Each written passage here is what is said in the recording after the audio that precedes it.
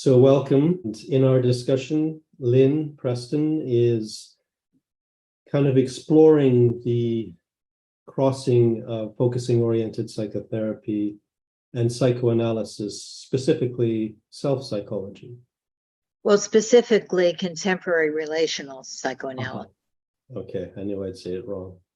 Well, these are all little, like little towns within. Yes. Well, yeah, you know your province and all the little towns much better than I do. And my name's Greg Madison, and I will be talking a little bit about the crossing of existential phenomenological psychotherapy and focusing-oriented therapy. So since we're carrying on from the first part, the question that I would like to ask you is, which of the, this is maybe a slightly different angle, which of the philosophical concepts in focusing and Jean's philosophy do you think are most useful in psychotherapy for psychotherapists, and maybe specifically for relational psychoanalytic therapists? It seems like a very straightforward question, because Gendlin's philosophy, of course, is quite different than the philosophies that psychoanalytic therapy is derived from. But there is a great deal of overlap in the territory. And I would say that Gendlin's idea of being interaction, that interaction isn't two separate things that are exchanging, is the same territory as the psychoanalytic idea that that is known as intersubjective systems theory, that we are one system, and that the therapy takes place in the intersection of what the therapist brings and what the client brings. Stollerow wrote a paper that was quite mind-boggling at the time about the myth of the isolated mind, and that we aren't two separate minds. We're thinking together. We're all breathing each other, being each other, as well as Jean would emphasize, interacting with ourselves. And I remember telling Jean about that paper when it came out, and Jean smiled, and he said, well, it's not just the isolated mind, it's the isolated gut, the isolated everything. There is no isolated anything. And that was like, yes, of course. And both Stollerow and Jean are getting at something that is very, very important in psychotherapy. From a philosophical point of view, Jean's starting point is this, what he calls a new kind of concept, a concept that is its relating. And his paper, Befindlichkeit, about Heidegger's use of that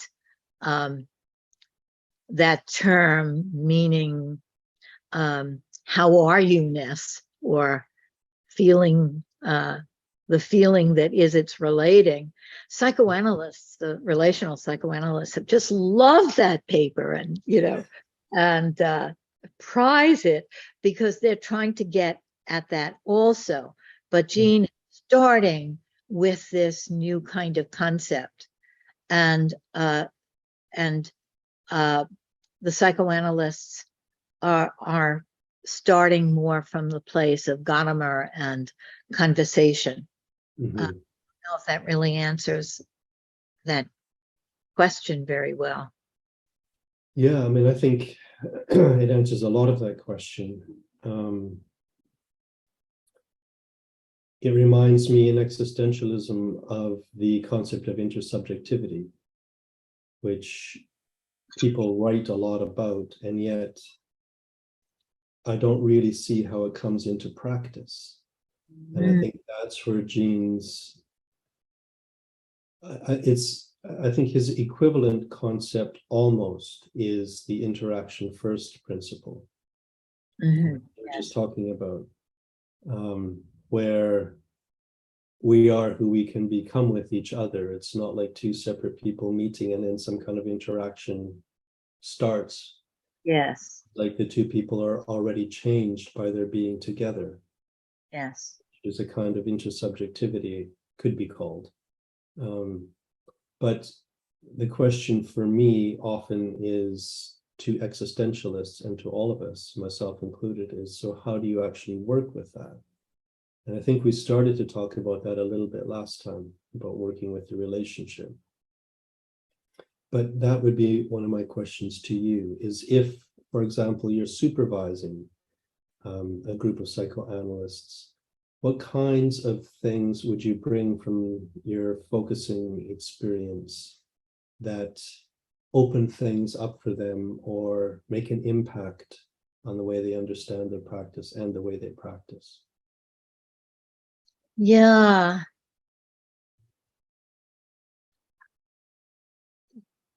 Gendlin has a wonderful way of bringing that philosophy into the immediacy of practice.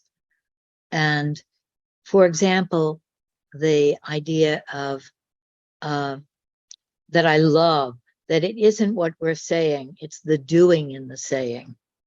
Mm-hmm. It's what we're doing. And he uses the example of the therapist saying, yes, go out there, stick up for yourself. Don't let them blah, blah, and that what he's saying is very different than what is happening. What the doing is again, somebody is telling the client what to do. Mm-hmm. That being aware of what we're living together, what we're doing in the saying, is such a powerful and immediate, and it takes time for therapists to sort of get that. Oh, it's not what we're talking about. It's what we're living together, and my ingredients of the interaction that matter. And that's very, very powerful for both psychoanalytic and focusing therapists have a sort of a double take about that. And from both traditions, that sort of general idea is known, but the immediacy of it in the moment isn't known. And another principle that I find so striking for people is that idea of being on its side. Mm-hmm. And the whole notion that there's a level, there's an it, there's a client's client, there's a one in there.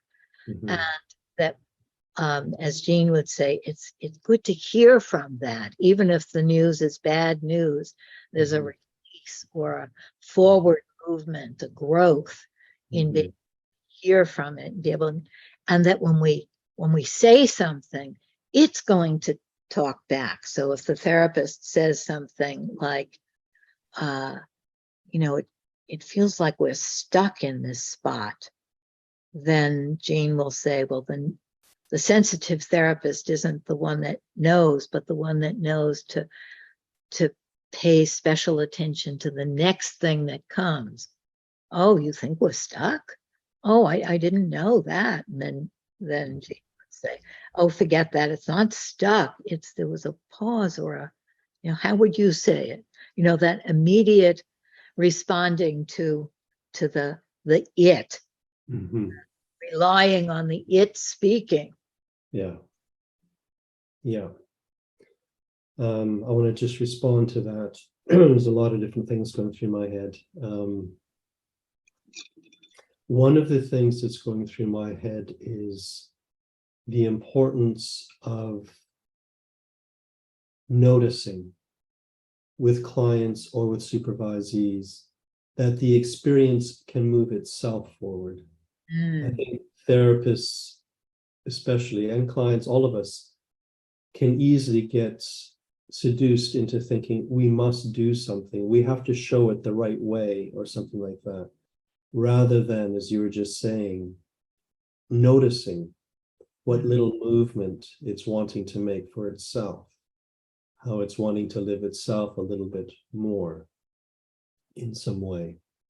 And it's interesting to me how often I remember in a discussion with Gene, he was talking about practice, and I was listening to him, and I said, so it's really all completely empirical? And he goes, yes, it's all empirical. And that to me is for me, that's what I mean by phenomenology. It's like you constantly want to look and see, did that do anything, or what happened there, or what's alive now? You're never wanting to just assume, well, that must have done something, or that's got to be the right direction. You always want to check, did that do something? Did that bring more expansiveness, or are we closer together now? Or that checking back, like, what is the fact now? And then what is the fact now? Because we know that as soon as you find how it really is, then it starts to be something more than that. Yes. I love that. That's Yeah. the other thing that I like to say is I find often that we're wanting to pin things down in therapy. We're wanting to say, we know what that is, or we've got a name for that. Or we've been over that. That's settled now. We've talked about the first 6 years of life. How about what happened when you were 7? All of that kind of pinning things down. This way of working that we're talking about is the opposite of that. It's like you never quite pin anything down. Everything still has life in it, and everything is kind of metaphoric. It's like it's as if, and then you say how a description that fits that moment, and then it's like it's as if, and then there's another description that comes, and it's that kind of metaphoric unfolding where it's true that you get answers along the way that bring relief or whatever, but you don't ever have a conclusion that you pin on the wall. Everything remains open and just kind of gets bigger and more expansive. Yeah. Yes. Yes. It the metaphor comes to me of pinning down the butterfly, and in Jean's approach, you are touching it ever so gently and letting it fly. And when you touch it, it flies. So just saying what happened to you at the age of 7 is sort of pinning down, but it's about the way that you say, oh, it's like the concept of pathological accommodation in psychoanalysis. It was like, and I wouldn't use that term, but it's like you, before you even knew it, you were had to be for your mother or something. And I'm touching it with that concept. Then the person might say, oh, yeah. Or they might say, yeah, yes, before I knew it, and I don't even know it now, when I'm just automatically being what other people need me to be. It's that way of touching with a term, a concept, a theory, metaphor, right? That then you're aware of this setting the butterfly free, and that's what counts, not exactly.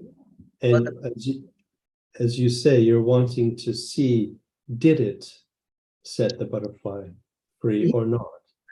That's right. If it didn't, then you want to just drop it and say, well, let's try again. If this butterfly wants to be free, how can we be with it such that we can touch it?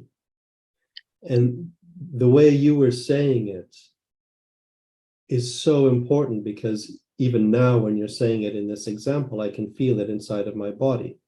I can feel it inside of my body because you're saying it with some true feeling in it.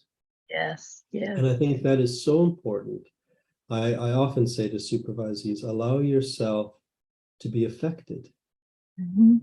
and let that come through Mm, somehow, so that the client is never getting some rote sort of reflection or anything like that. They're getting something that has been digested through someone else, and they can feel that somebody else in the world has felt what they've just been feeling.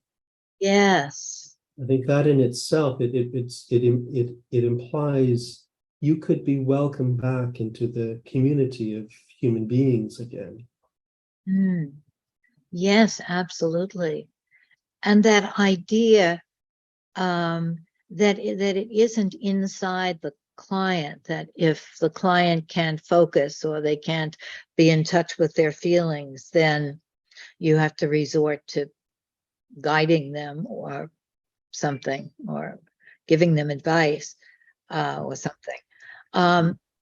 But that the feeling is in the interaction. So the feeling may be from the client, may be in me, and of course it will be in me differently than in the client. But if I can show how it's in me, Mm-hmm.